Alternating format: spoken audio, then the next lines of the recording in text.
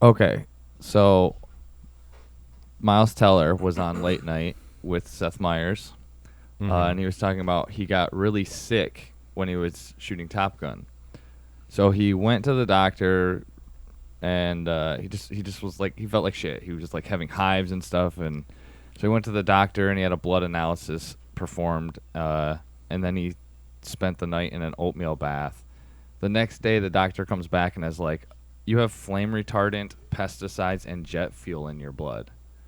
So, not great. Um, so then when he went back to work like the next day or day after, whatever, he started talking to Tom Cruise about it, and he was like, uh, so Tom's like, "Oh, how did it go? What did they find out?" And then Miles was like, "Well, Tom, it turns out I have jet fuel in my blood." And then without skipping a beat, Tom just goes, "Yeah, I was born with it, kid." God damn, is that a real story? Yeah. Holy shit. I was like, yeah, that's fucking like, sick. yeah, Of course. perfect, like See, Tom Cruise. I thought you were going to go in the direction of Miles Teller went to the doctor and he says, "Doctor, I'm depressed. Nothing is worth living more in life." And the doctor says, "Go see the great clown Pagliacci." You should go see Top Gun in theaters. Yeah.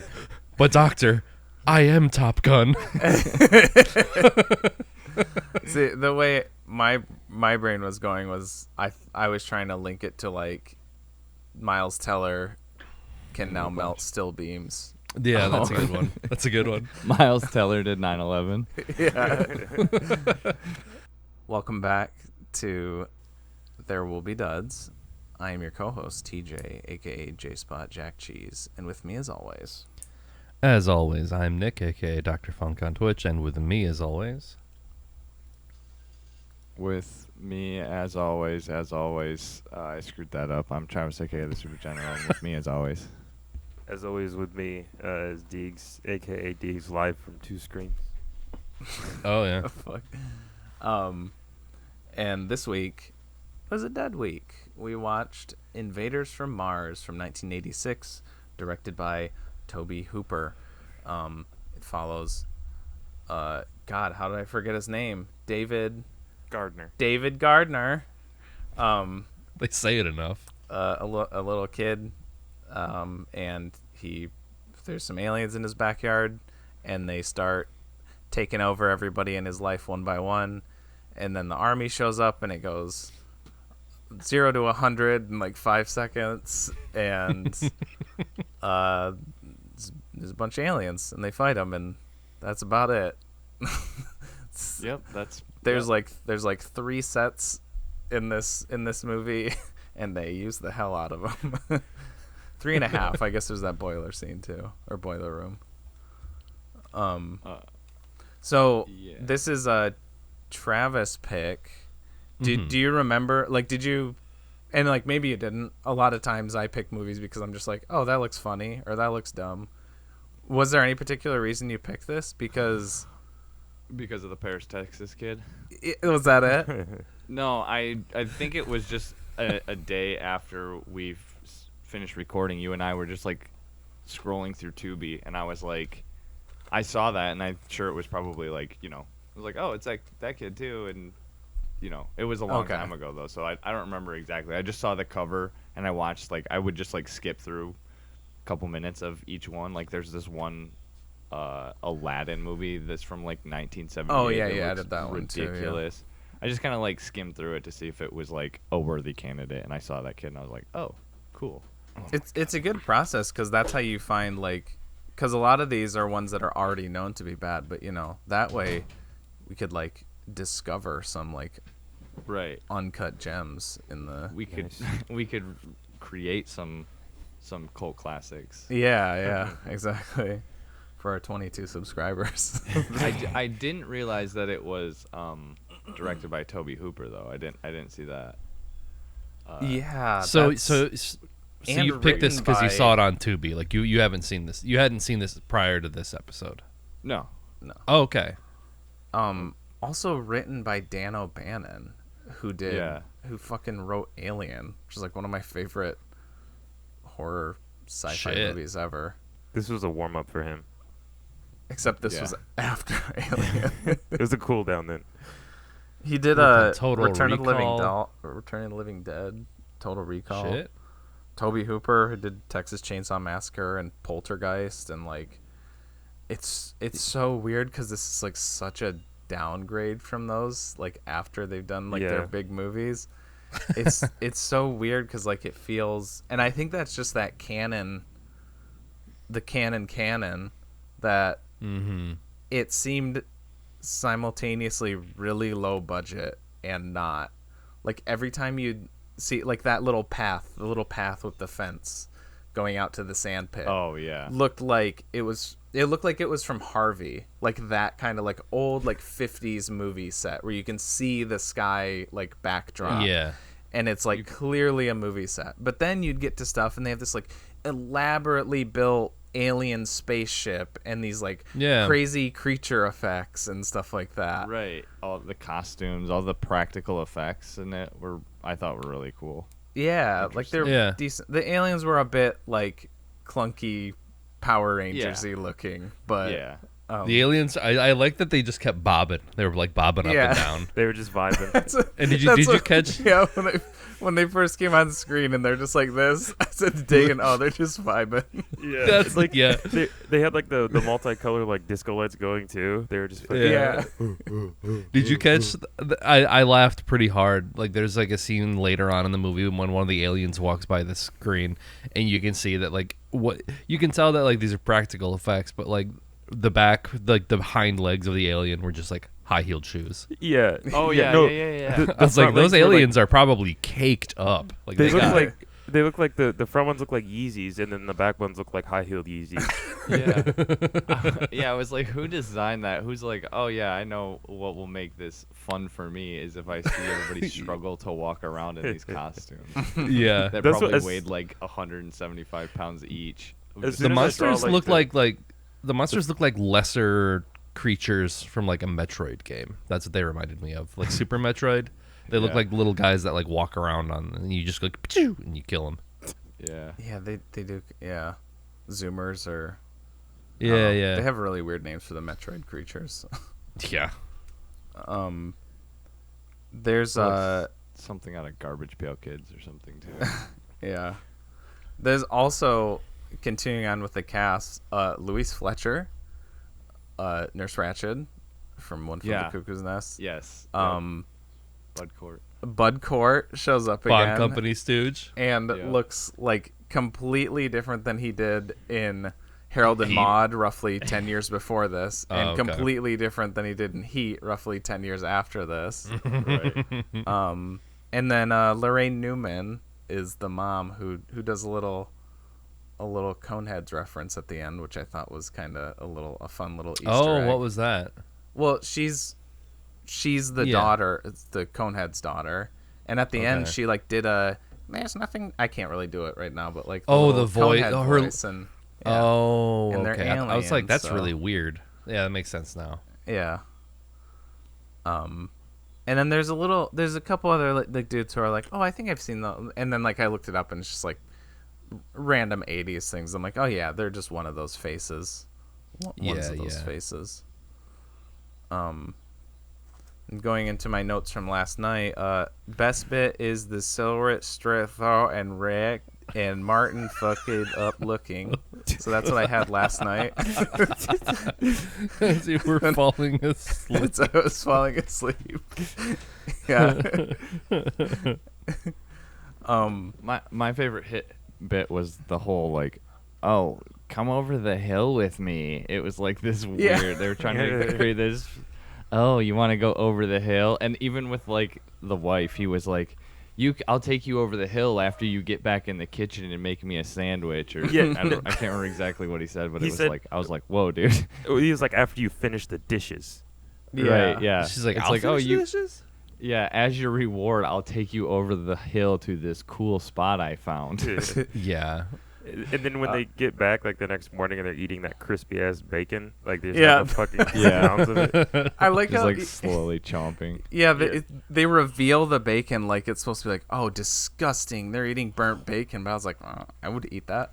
Yeah, I like Crispy crispy bacon's bacon. good as Same good as thing. hell. I thought the same thing.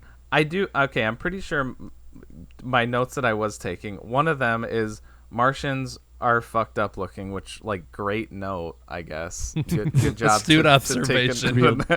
But then the other one, which I do actually want to mention, is that the best bit, or like at least that I had observed in my half awake state, was I loved all the, like, there was so many moments where of just silent, like, reactions or silently staring at one another, where it'd like cut to one character and they'd be like, and then it'd cut to someone else and they'd be like, oh, and then it'd cut to the other one, he'd be like, chomp on some bacon, and like there was so fucking much of that, and like throughout the whole movie.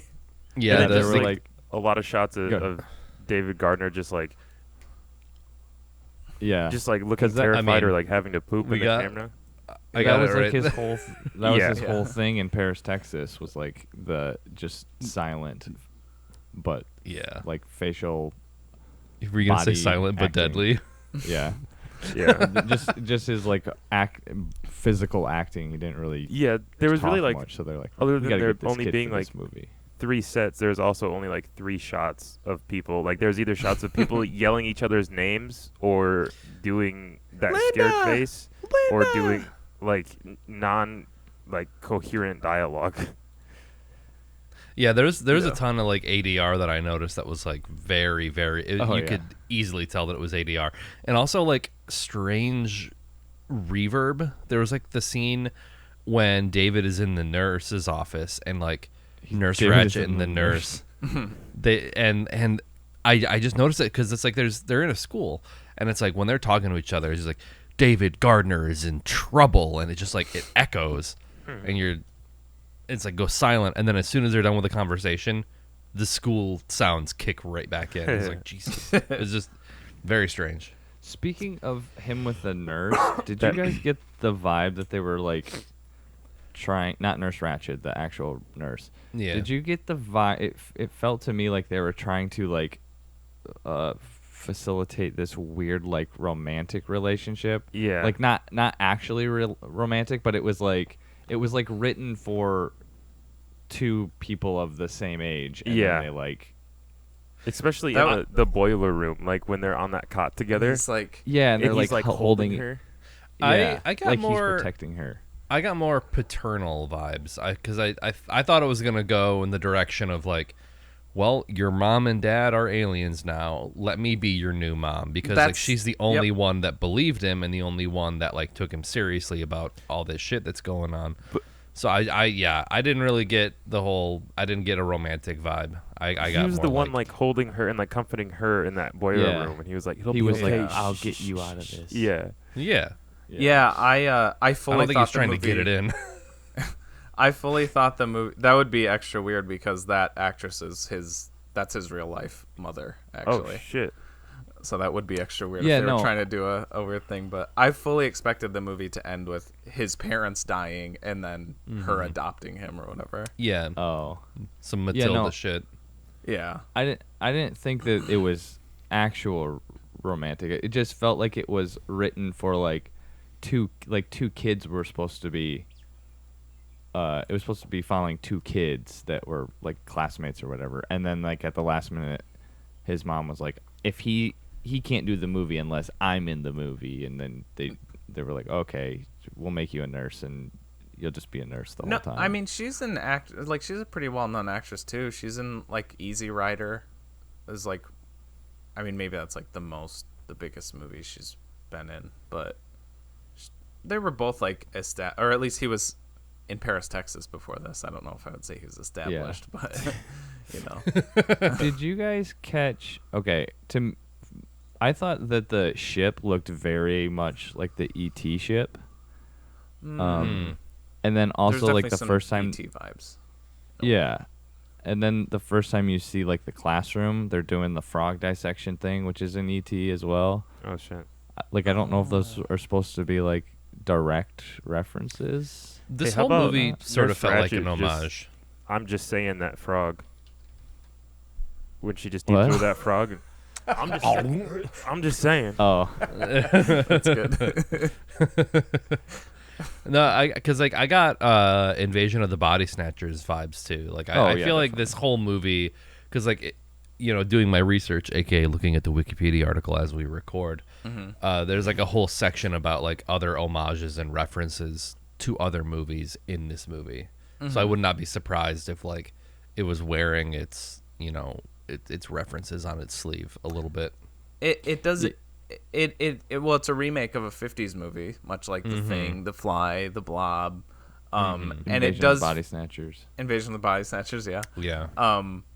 And it does feel even more so than those, where like The Thing is like it's a remake, but it's obviously trying to be its own thing. And same thing with The Fly and The Blob, a little less so. I would group The Blob and Invaders from Mars a little closer together, where like it feels, but especially this one. They feel like they are trying to emulate the 50s vibe more. Like maybe that's why that one set, the fence and everything, the one that's on the cover, maybe that's why it looked like an old 50s movie. Like maybe they're going for that look. Yeah. Maybe it's intentional. Yeah. Because, speaking of the Wikipedia article, I just read that, and this is why I hate the Razzies. It's because they just pick like popular shit that like, I don't know. Because Louise Fletcher got nominated for Worst Supporting Actress, and it got nominated for Worst Visual Effects. Like, I don't know. Like, No. that's pretty good. It was pretty cool. Decent. Like the pretty drill they cool. were using when it was like going through the tunnels and everything, that wasn't that bad. Yeah. The one little thing, it made me think of like a food processor. The one little like pod that had like the 3 spinning blades. Yeah. Okay. I was waiting for someone to get, like Roboku, just. But that might have been. I do like that when they killed one of the aliens, they were like, it looked like someone off screen was like throwing bags of just like Yeah, the rocket launcher. like sausage looking shit. Yeah. Yeah. Or like the effect of the Big Brian, the brain. That's kind of like the main villain, where his body is like a worm. Yeah. Weird yeah. looking thing. It made me think of Salazar from Resident Evil 4, like when you do his boss fight. See that. Yeah. Because he just kind of scoops down, and then he's like part of this bigger, system. Plant thingy. Yeah. Yeah. Mr. Kennedy. And then, go ahead. Sorry, I was out of the room. I just came back. I heard you say Resident Evil. Were you I forgot. Are you talking about like the end part where they're fighting the bad guy, the like brain baby king? And he reminded me of Salazar. Yeah, yeah. I said the same thing, that it was like that was where Resident Evil got its ideas for boss fights, because it was like a bunch of army dudes like shooting like AKs at it for like 45 minutes, and then it finally it retreated for like 30 seconds, and then it came right back out. Yeah, and they just started unloading it. Which I've definitely seen the Master Brain before. Like I've seen screenshots of it somewhere, like I don't know, used in like reference to other things, or maybe as like a cutaway joke, but I've definitely like seen it before, and it looked pretty cool. I would say, as lame as like the is obviously guys in a suit. It is like the alien costumes and effects were, I thought they were pretty neat. Still vibing. Yeah, they're neat, and like I feel like I can say that about a lot of elements where it does.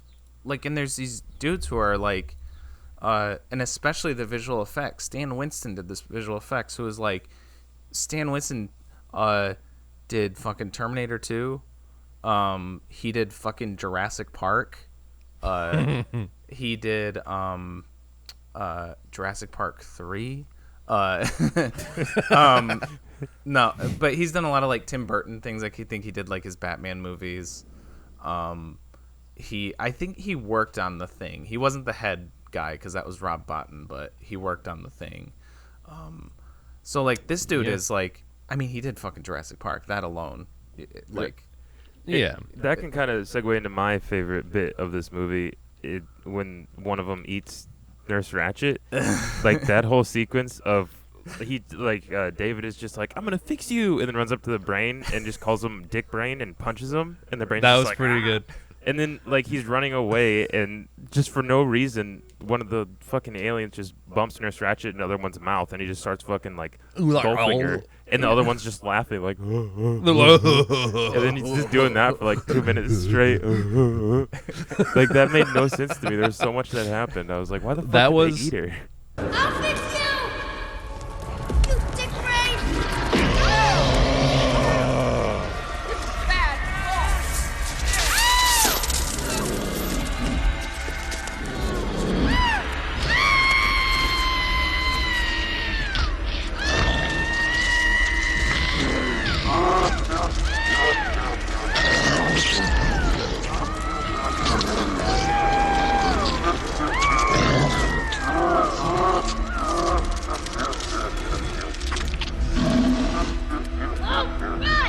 That was a pretty big laugh for me when, because I feel like they were. This predates Starship Troopers, doesn't it? Oh yeah, by like 10 years. Yeah, because there was a part where I wondered if that's kind of what they were referencing, but I guess this is before it. When David's like, well, maybe we can talk to him. Like, it made me think of like the Starship Troopers, like, it's scared. Like, he was like, oh, maybe we can communicate. We don't have to resort to like the military. But then no, the military is just like they're going. Yeah. But I gotta laugh when David is trying to talk to the brain, and he's like, I just want my mom and my dad and the nurse and Heather back. And like the brain's like looking at him. He's like, you can keep Miss Milchek. And then it's like, oh, and then it hits him like, Yeah. like when The noise he's he just does. like, no. Please, can't you give me my mom and dad back? And Linda and Heather? Mrs. McKell. Yeah, and when he's talking and like the nurse interrupts and he's like, I'm not talking to you, I'm talking to him. Yeah, that's great. He's like, shut up! I'm Yeah. talking to him. Get out of here, you bitch. Get the fuck out of my room. It's too late. Shut up, I'm talking to him.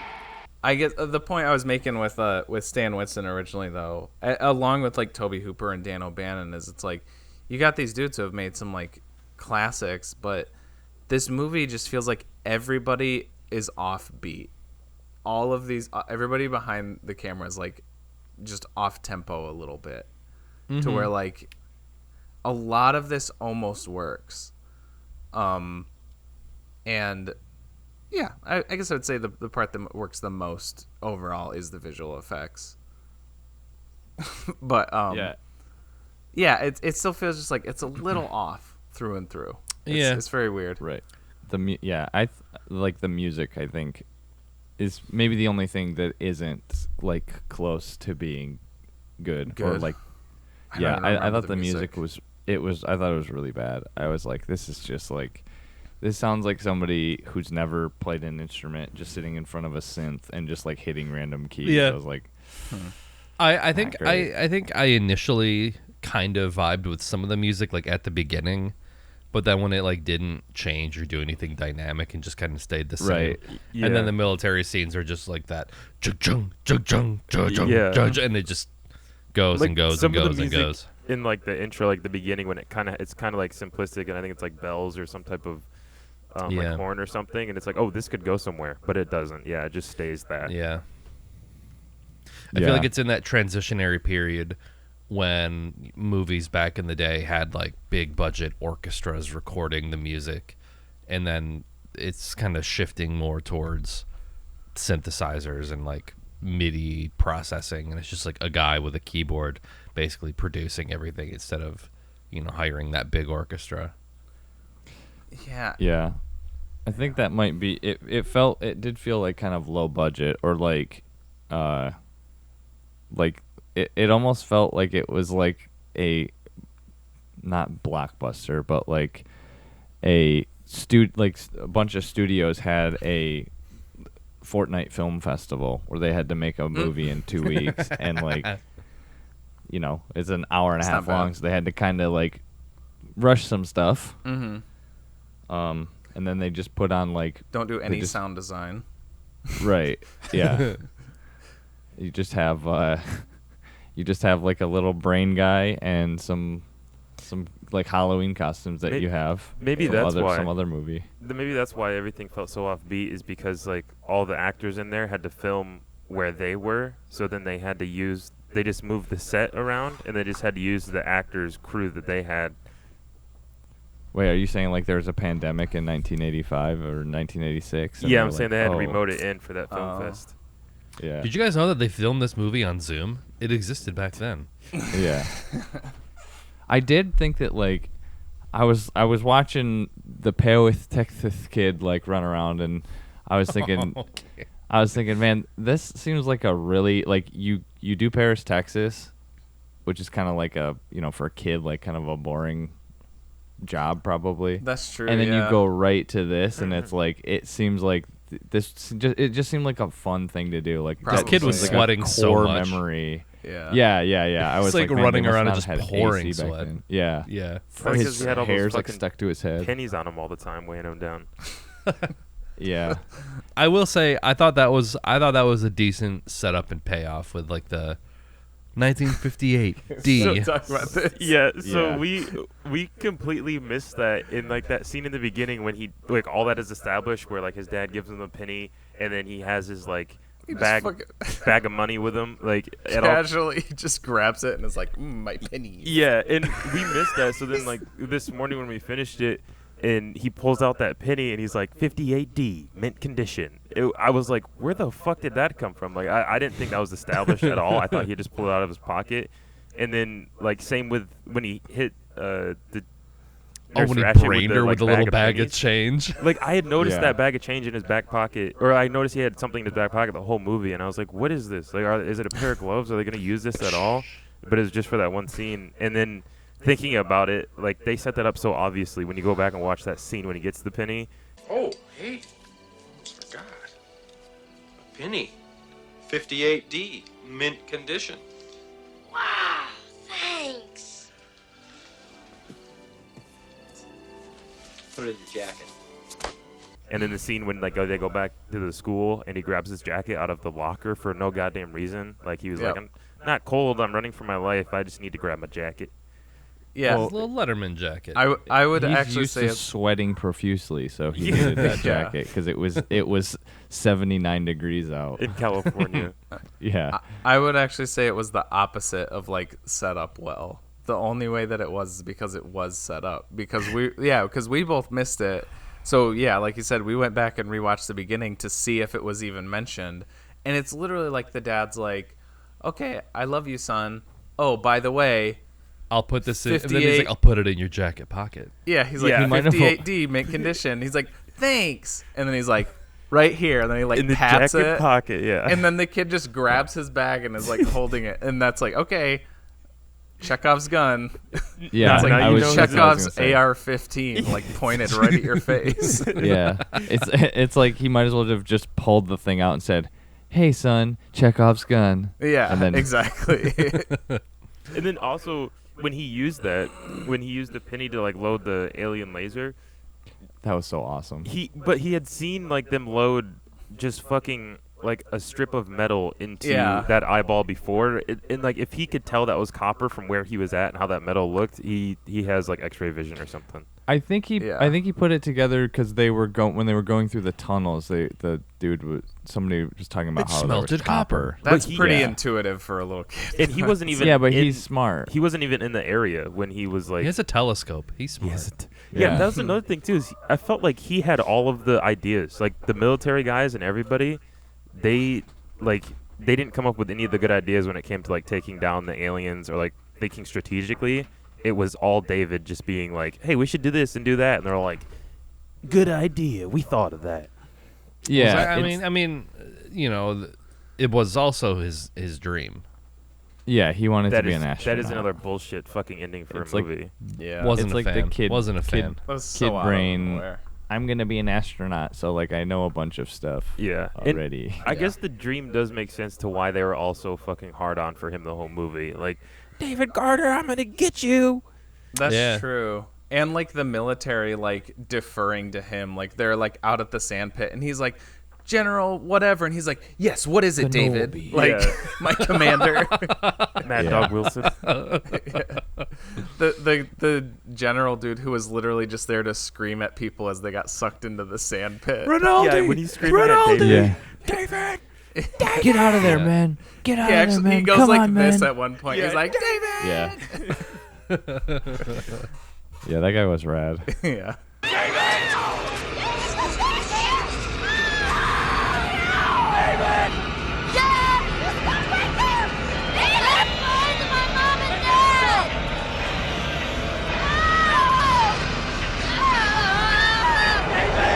That's the guy that I thought was the guy that's always in all the canon movies, and he's Oh, okay. wasted. It was a different. It's not him. I looked it up, but I was Oh. like, is that the guy? No, it's not. Which is a bummer. Linda. Yeah, I feel like if I had watched this movie as a kid, I would have like really liked it, and it would have been one of those movies that I'd be like, Just oh kinda yeah, I feel like remember that. watching that. Like, I watched that like 10 times as a kid, like, and then I'd go back and watch it with like a certain nostalgia. But Yeah, I still wish be I able to would've see that it's like known about not this as a great. kid, as a sci-fi movie, because I loved like Sandlot, Gremlins, like those type of, like especially Gremlins. This would have been right up my alley if I would have found this as a kid. Like I had same Right. 5 movies on repeat. This definitely would have been one of them. Mm-hmm. Yeah, I agree. Definitely has that vibe. Yeah. I'm glad that somebody did eventually get eaten, because I was really bummed. There was so many parts where this movie would be building up to where, like, if it was like a good cheeseball movie, you'd see like way more like violent kills or whatever. And maybe it's because I don't know. It was what rating PG. This was. It was It was PG. PG. Yeah. But like definitely a I kids movie. 100% thought Bud Cort was going to get eaten by one of those guys. Which, by the way, I noted that the most unbelievable part of this whole movie is that he didn't introduce himself as Dr. Weinstein at first. He said, "I'm Mark Weinstein, Dr. Weinstein." But he didn't say doctor at first. But anyways, like the way that, like, the most telegraphed death ever, he's facing away from them. He's like, "See, they understand." Yeah. And then the music building, but then he just gets zapped. And Yeah, and he's There like was, a like- smoldering pile of clothes. yeah, and like, would have been better if he got chomped or whatever. And I Yeah. feel like there was like a few moments like that where there was like a little bit of a letdown. And that I was just gonna say, and that could have been also because of, like, I briefly mentioned before, but like the sound design. There were so many scenes where it was just like there's the part where the two mind controlled people are like driving the big truck at the base, and there's like the one guard who like shoots it, and then he just like rolls out of the way, and there's no like sound effects, there's no music or anything. He just rolls, and it's just like the noise of him rolling on the ground, and then they drive by.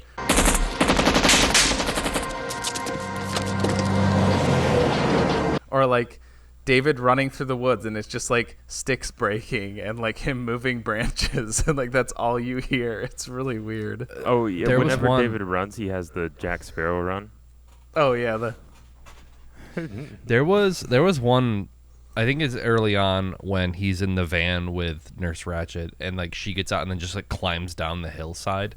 There was one part where like I think he brushed a rock, and it felt like they just took like a piece of paper and like rubbed it on the microphone. And I just was like, oh, that's not what that sounds like. so.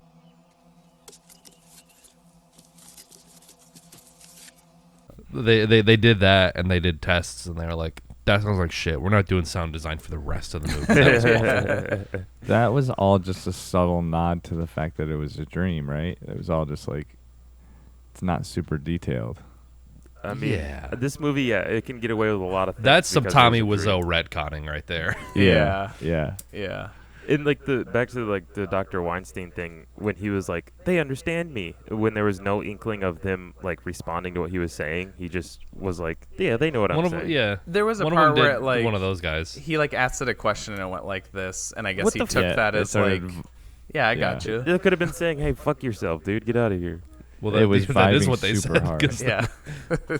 they're like, Also, Yeah. their little like T-Rex arms that when he handed that It's like so good. the the needle dick thing back to him, he just like grabbed it and was like, I love selective editing or selective filming of alien creatures like this, where it's like, ooh, look at them load this thing into this gun, but it's like, we're not going to show you how they put the gun on, or we're not going to show you how they got this slit, because like those arms can't do fucking shit. So we're just going to show the very limited amount of things they can do with them, and then you're just going to have to believe that they built this fucking spaceship with those dumbass arms and stuff. I thought that thing was like just an eyeball. I didn't think it was like a gun because it was like attached to him. I just thought it was like a part of him at first, and then he like picks it up, and I was like, gross. Is that like his like dick? When they get shot though, like that thing like slips off, and it has like an attachment to the. It's like an organ or something to the body. I think it is supposed to be a part of them somehow, even though not all of them have it. And maybe think of like the Resident Evil boss, like that's their red weak spot that you have to shoot. Yeah. Right. Yeah.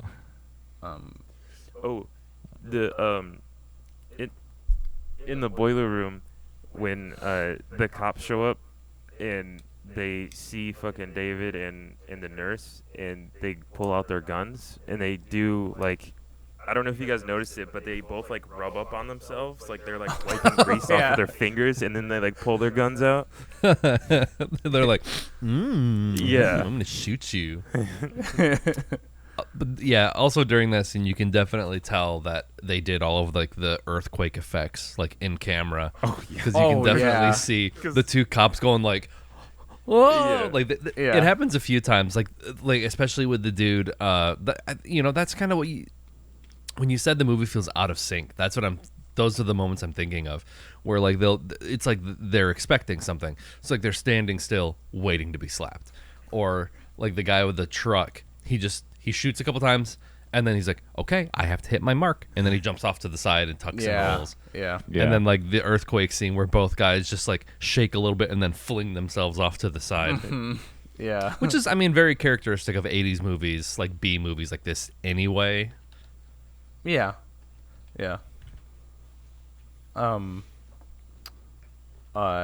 Just another line that I really liked at the tail end of the movie, after he wakes up and he's like, show me the back of your necks. I need to. And he's like, no, I need to see them. Please show me the back of your neck. And then his dad's like, okay. And then his mom's like, what about me? And he's just like, you're fine, Mom. Yeah. Dad, let me see the back of your neck. Must have been a hell of a dream. Please let me see. Okay? It's okay. Okay, wait a minute. What about me? You're fine, Mom. Well, I thought he hugged her, and like I thought I saw his hand like feel around. So like maybe. Maybe, man. I feel like we are giving this movie too much like Just- credence for these little things. It was all a dream. Yeah, he used to read Word Up magazine. Yeah, another movie with Nightmare on Elm Street ass ending too. Yeah. Yeah. Wake up and then Just infinite scream. loop. Yeah. Yeah. See, I was expecting it to be like he wakes up, he's like, oh, it was a dream, and then one of his parents is gonna turn around, and then you'd see the thing on their neck. Yeah. I thought that was gonna be the obvious thing, and then they didn't do it. I was like, oh, okay. Yeah. But then, Yeah. There was another in the beginning. This is kind of off topic. When David was like sitting across from his dad, and his dad was just like, it was like Mentos or like mints or Tic Tacs or something in his coffee, and they keep cutting back and forth between like his dad like putting him in, and then like David was sitting there like he had the weirdest fucking look on his face. It was like The Shining. Right. Like he was Forgot just about that. he had like a weird Yeah. smile, and he was kind of, I don't know. That was a very uncomfortable scene. Yeah. All right. Okay. Who wants to score Yeah. Let's start. first? I'll go. I'll go first. Okay. So yeah, I am not entirely sure this should be in the Dud Cup, just because it didn't have as many, like, I guess it's weird. It's in this gray zone of being a B movie, but having these little flashes of competence where it's like it's too much to like kind of put it in either category. Like it doesn't reach the same highs as like The Blob does, but it doesn't reach the same lows as like, I don't know, any of your other probably, canon film series where it's just like balls to the wall insanity, people exploding, everything exploding, everyone just doing weird dialogue. And maybe if this movie was like rated R and there was like more like practical effects violence and puffy nips, it would have kind of elevated it to that like B movie bad category. But this is, I don't know, I would say it's tough because if I say it's a dud, I would say it's like a 4 like normal rating. But yeah, so I guess dud for me, just because I don't know. I guess dud. I don't feel good saying that. Okay. It's not a spud or a dud. It's some starchy in between. Yeah, I was thinking something similar as I was watching it. I was like, this is kind of not a dud, even though it was like nominated for a bunch of like Raspberry Awards when it came out. Which I established And it's was got bullshit. like and it's got like a 30% aggregate on like a lot of stuff. So I kind of felt the same way though. But I mean, as far as it being like spud or dud, I would say spud because I would definitely watch it again. It's like not terrible to watch. It's a fun experience, I guess. Mm-hmm. So, but yeah, I would probably put it actually just in the regular cup. Yeah, I pretty much agree with the same. I think maybe I should just curate our dud cup from now on. Yeah, it is one of those where it's like, yeah, I don't know if it necessarily deserves to be in here, but since it is, I would say a spud. It's not a hearty russet potato, but you know, it's a spud. It's just, you know, maybe it's a little baby. It's like a solid baby, but it's like there's not a lot to it, so maybe it doesn't like give you full sustenance, but it's still there. There's still something there. It's a fingerling. It's a little potato, but it's got some of those little things growing out of its eyes. Yeah, maybe something like that. Maybe That's what I would say, because that looked like the little alien arms. That's I had some hearty laughs in this. Like there was some stuff Yeah, that I did. I laughed pretty hard at in this, and it was just like the story was so terribly paced and so chaotic, but like fun. And then there's just a lot of good dialogue or like little ADR things that are awesome. So I agree, this could definitely be in like the lower, you know, non-dud category. But for a dud, I'm gonna give this a big old like TJ said, the potato growing the little alien arms, or like the potato looks like the brain bad guy, where it's just like all disformed and like you can't stop looking at it, but you know it's bad and you aren't really gonna eat it. And this is like a really good sci-fi. This is Spud Lightyear for me. Spud Lightyear. Okay. Okay, so something we're going to do now, since we did our official ranking of the Dud Cup movies in our 50th episode a couple weeks back, we're going to now try with each Dud movie to give it a spot in the list. So I'll go from top down. Our current list is Ben and Arthur at the top, and then Who Killed Captain Alex, Miami Connection in third, 4 is from Justin to Kelly, 5 is Fateful Findings, 6 is Jack Frost, 7 is Son of the Mask, 8 is Catwoman, 9 is Cats, 10 is Bedeviled, 11 is Suicide Squad, 12 is Megan is Missing, 13 is Zack Snyder's Justice League. So I think we just give all of our initial, like, where do you think this should be? And I know, like, this, obviously this is an aggregate list, so it's not necessarily like Jack Frost isn't everybody's 6th place, but it's the 6th place on the list. So I guess I'll go first. So I would put it in 6th place, so like under Fateful Findings, above Jack Frost.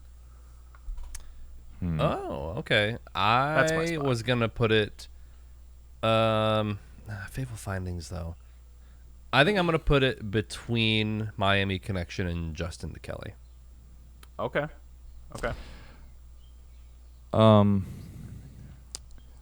This feels kind of clunky to me, I guess.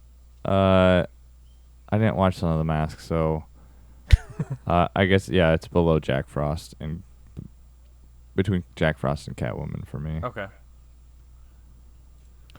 This was by far my favorite, so this is number 1 for me. Really? Yeah. For real? Yeah, like I said before, because like the whole, I can tell there'd be really, I'm like preemptively saying there's nostalgia with this already, and just how fun it was for me to watch, and like I don't think I haven't laughed that hard at a dud yet, so like just having that good laugh in there, and there's just a lot of elements in this that I like, so I would, because I think I ranked Miami Connection first before, again based off like how much I laughed out loud. Huh. Speaking of laugh out loud, So here's an ad break. based on that, I just did a quick tally. That puts it. Wow, this seems like I'm. Man, that doesn't seem right to me. But based on the point system, yeah, it's between Fateful Findings and Jack Frost. That's where it is. So it's 6th place. So I feel good with that. it is. I don't know. The duds have spoken. I don't know. There's something at the end there, but I guess that's what we got. Are we back? That's what I was just gonna ask. Yeah, I think we're back. I was thinking we were back, but I'm thinking we're back. I was gonna double check with you guys. Dig Yeah. So Unintelligible. yeah. Poor little guy. So the last couple weeks I saw a couple movies at the Wealthy Theater. One is more personal for me. I saw a concert film, and it was Prince's Sign of the Times, which is like a concert film that he did after Purple Rain that was sort of panned. Like it didn't really have any fanfare, and then in later years it was kind of regarded as like one of the great concert films, and it's pretty hard to find now. Like it went out of print, like a lot of other Prince material in like the 90s, and you just can't get it anymore. Yes. And then people suddenly were starting to be like, oh wait, no, this is great. And so before we did a couple of the Boys episodes, TJ and I were talking about like musicians, because he'd recently seen Paul McCartney, and if he were still alive, Prince would be like the one for me. Would be probably I would go see him, and I would lose my shit, and it would be amazing. And I had the chance, and I blew it. So Sign of the Times, Prince concert, it's crazy. It's some of the shit that dude could do. Like I understand now why he had hip problems, because like he was doing the splits like all the time, like running across the stage and just like sliding on his knees and like knocking over the mics. It was. He did it all. Yeah. And then the other thing. Go ahead. I was just gonna say, when we were talking about like musician, like big ones, and we were like talking about like if we were counting people who are dead too. It's funny because in that entire conversation, because it stemmed off of me seeing Paul McCartney, I didn't think about George Harrison. Like he's like one of the tops for me. Yeah. And it didn't even occur to me, but. Yeah, I was surprised you didn't say the Beatles. Well, yeah, I mean, I guess the Beatles too. Yeah. But yeah. Because then you get all of That's them, the good thing about not liking old music is I don't have to have any of those lists, but except I like artists I like artists that like the OD, so that's NWA. Yeah. I've seen them live before. Not all of them. No, I time traveled. Oh, okay. Oh, okay. All right, never mind. No, that's what, like, not much old music. Like most of the old music I like is rap, and that didn't start until like the 80s or 90s. So with Blondie. Yeah, 1990s. Yeah. Yep. And the other thing, I saw The Birdcage. It's Pride Month, and they showed The Birdcage at the Wealthy Theater, which the only time I've seen is like days after Robin Williams died. Like we watched a bunch of his shit, but we saw it again, and The Birdcage is pretty great. I don't know if you guys have seen it. I've seen it once. Kalia really likes like Robin Williams, Nathan Lane, Hank Azaria. Hank Azaria, which like that whole dude, it made me think of Heat. Because it's like around the same time. But man, Hank Azaria kind of built a career off of doing ethnic accents. Because that's what he does in this movie too. He's like their little housekeeper who's like Guatemalan or something. Yeah. Which I think is it's closer to Hank Azaria's actual ethnicity than like Apu, but I don't know. I mean, also I was gonna say also Apu is another ethnic. Yeah. But I thought it was pretty great. It's got the lady from The Grinch Who Stole Christmas or whatever. the wealthy love interest to Jeffrey Tambor. About, yeah. She has a very distinct angular face. Yeah. But yeah, I can no, it almost was, think it of was her a name. really fun theater going experience. I think she's in Mamma Mia. And I feel like it was like, yeah, I feel like it was like a good, like we've talked about like how forced and canned representation and things like sucks. Oh yeah. I feel like this movie did it early on and did it like incredibly well. Like the characters didn't feel like caricatures, which is funny because like most of the characters are like doing drag, so like it would have been really easy. It would have been really easy to like lean into like, yeah, these are a bunch of like catty gay guys and they talk like this, and they do that a little bit, but then like all of them get like fleshed out and have their own wants and needs, and Nathan Lane is great in it. Out. Oh, they get. Yeah, it was good. It's fun. It's a good Robin Williams movie. I like his dramatic roles. So I saw Top Gun. Mhm. I've talked about this, I think, at length with all of you off air. It fucking rules. It's fun as shit. It is like, it's kind of like Invaders from Mars, where it's like very of its.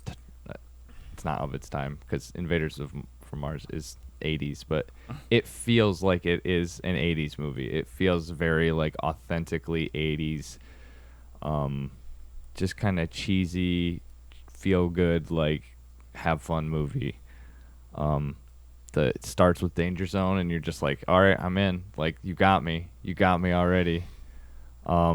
Jennifer Connelly is in it, and her character is introduced to David Bowie music, which Kelly pointed out to me, with Labyrinth, which is Nice. maybe intentional, maybe not. Jason from The Good Place is in it for like a little bit. He's one of like the other pilots, I guess. That's the yeah, so He's the dumb guy. yeah. Yeah. So yeah. Yeah. It's just fun. It's definitely something that you should go see in the theater if you have an I opportunity. really want to. Yeah. I mean, you can practically smell the jet fuel pumping through Tom Cruise's veins as he's flying these planes. Maybe he was around. born with it. Maybe it's jet fuel. Maybe it's jet fuel. Yeah, there was some parts. I was talking to David about this. I didn't. No spoilers, but there's like a part where it's like you can see it kind of coming a mile away, but then it happens, and it's just so like, I don't know, like kind of gets your adrenaline pumping. And I was like choked up, and I'm like, why am I choked up in fucking Top Gun Maverick? Yeah. It's not even like an emotional moment. It's not like he sacrifices his life for somebody. It's just like real, I don't know, corny, but yeah, I don't know, it's engrossing, and it keeps you there. And It is like the perfect, like, it is literally an 80s movie that they just made in 2022. So it's an 80s movie that Right. looks really fucking good and it has really cool practical effects. And yeah, it's just, I think you get choked up and emotionally invested because it's like, it's real time nostalgia almost. right. And Miles Teller is perfect as Rooster Goose's son. He like They looks have- and everything. Yeah. Rooster. It's basically it almost feels like a reboot as opposed to like a sequel, kind of. But I wouldn't be it's mad if they entertaining. started continuing Top Gun with Miles Teller. Yeah, no, it That'd would be be. awesome. Yeah, they should. Yeah. They should definitely do that. From what you're describing, it sounds like what all of these remakes and reboots should be like, instead of Right.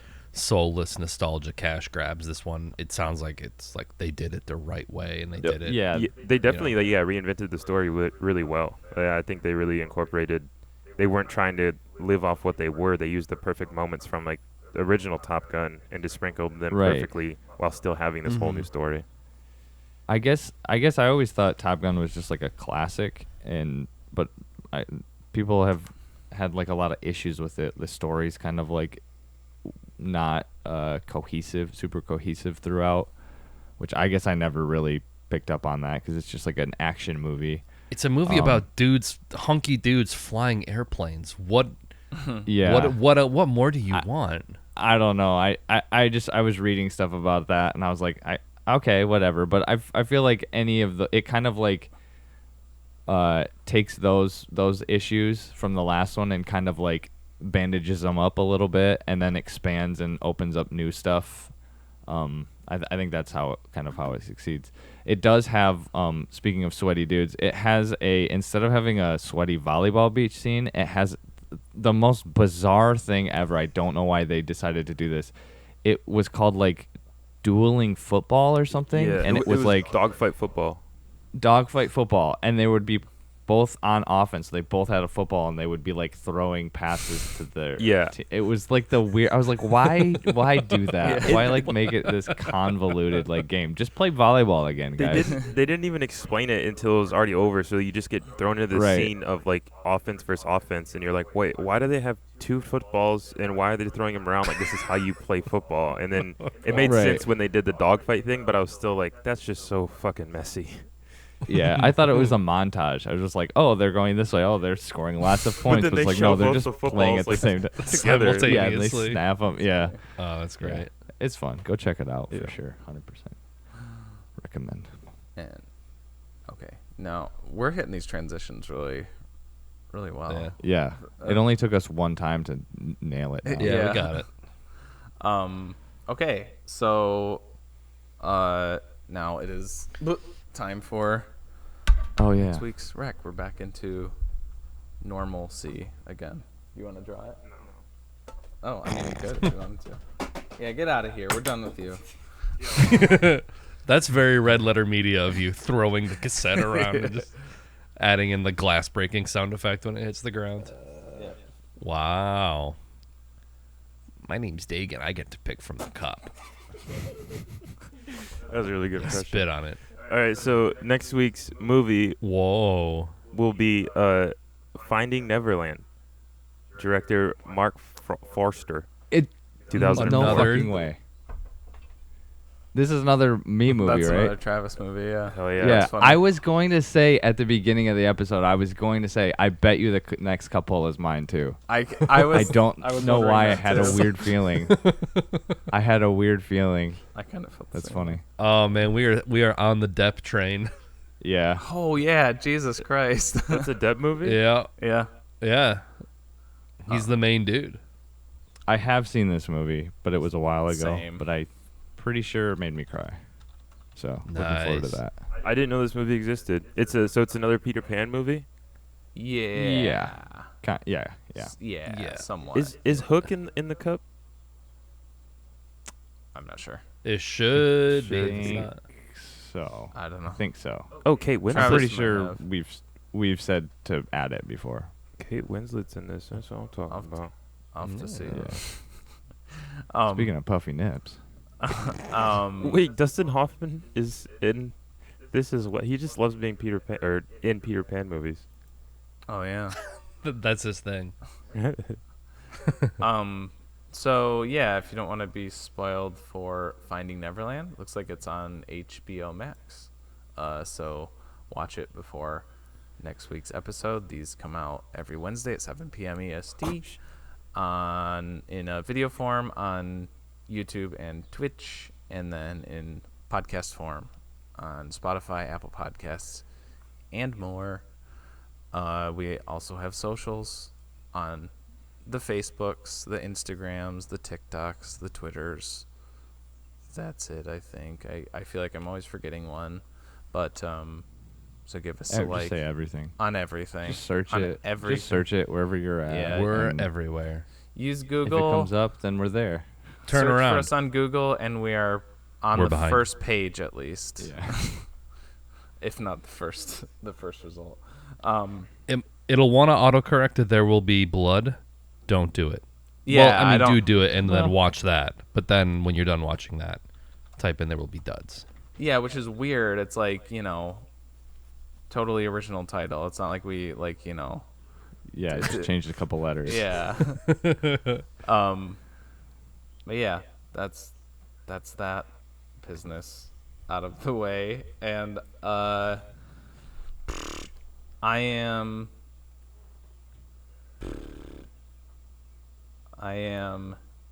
your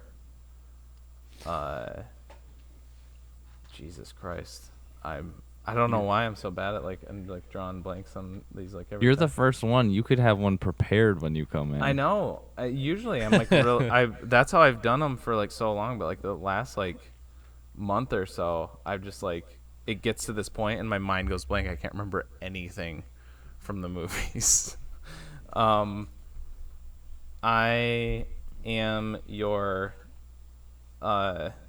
mind-controlled police officer, sensually grabbing my gun to hold you hostage.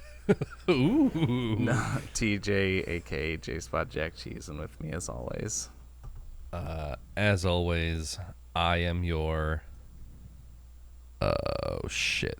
I'm your mommy nurse, Nick, aka Dr. Funk on Twitch, and with me as always. As always, I am your 1958 D Penny. That's what I was gonna say. AKA the Super General. Nice. Super General's in mint condition. I am your I'm your dick brain penny collector, Deeks. There you go. There you go. I thought somebody was gonna go with crispy burnt bacon. Oh that yeah, would've been good. There's good stuff in there, yeah. I'm your raw meat with extra salt eater. Oh, that. I'm your Tic Tac coffee. Yeah. Yeah. God, Tic that Tac scene was coffee. fucking tragic. All right, peace.